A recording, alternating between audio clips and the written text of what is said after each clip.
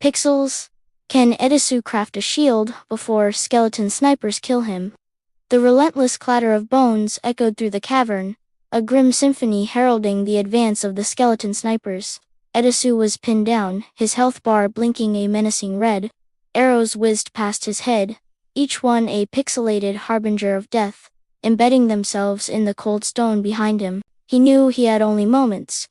His inventory was a desperate jumble of resources, collected in a frantic dash through the lower levels of the dungeon. 6 iron ingots and a single oaked plank. It was just enough. But was there enough time?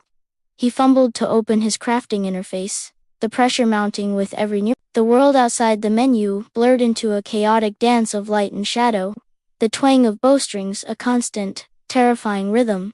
His hands, guided by muscle memory honed over countless hours, flew across the crafting grid. The iron ingots were placed in a familiar Y formation, the oak plank dropped into the central slot.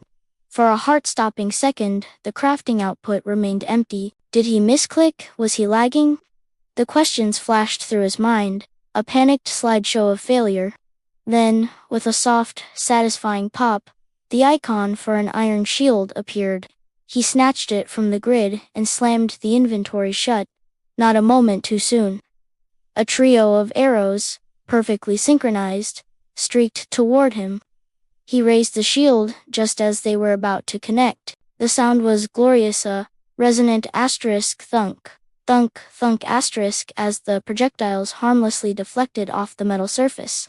The impact sent a shudder through his arm, but he held firm. He was alive. He had a fighting chance. With the immediate threat neutralized, Edasu could finally think beyond mere survival. The skeleton snipers, perched on high ledges across the chasm, were reloading. He had a window. Peeking over the top of his shield, he assessed the situation. 3 of them, their bony fingers already knocking fresh arrows. They were too far for his sword, and his own bow was back at his base. A foolish oversight he now deeply regretted. Retreat wasn't an option.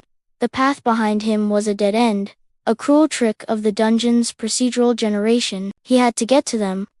Looking around, he spotted a series of small, jutting platforms that formed a precarious bridge across the chasm. It would be a risky series of jumps, a parkour challenge with the highest possible stakes. One slip, and he'd plummet into the lava that bubbled ominously far below. But it was the only way. Taking a deep breath, he lowered his shield and broke into a sprint. The first jump was easy, a simple hop to a wide, stable block. The second was trickier, requiring him to gain momentum and launch himself across a wider gap. He landed with a roll, the skeleton's next volley of arrows shattering the stone where he had been standing just a second before. They were getting better, adjusting their aim, anticipating his movements. He couldn't afford to slow down. He ran, he jumped, a blur of motion against the dark stone. He was a whirlwind of calculated risks, using his shield to block when a jump left him exposed, then tucking it away to sprint to the next platform. The air was thick with the hiss of flying arrows and the sharp crack of their impact. He was halfway across now, the sniper's ledges drawing ever closer. Their skeletal faces, once distant white smudges, now showed clear expressions of empty-socketed fury. They were faster now, their bony arms a blur as they fired in rapid succession. Finally, with one last, desperate leap, he landed on their ledge. He brought his sword out in a flash, the enchanted steel humming with power.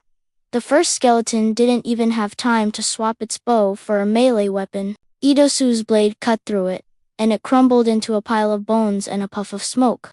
The second lunged at him with a stone sword, but a quick shield bash stunned it, leaving it open for a critical strike. To down, the last sniper, cornered and desperate, fired a final arrow at point-blank range.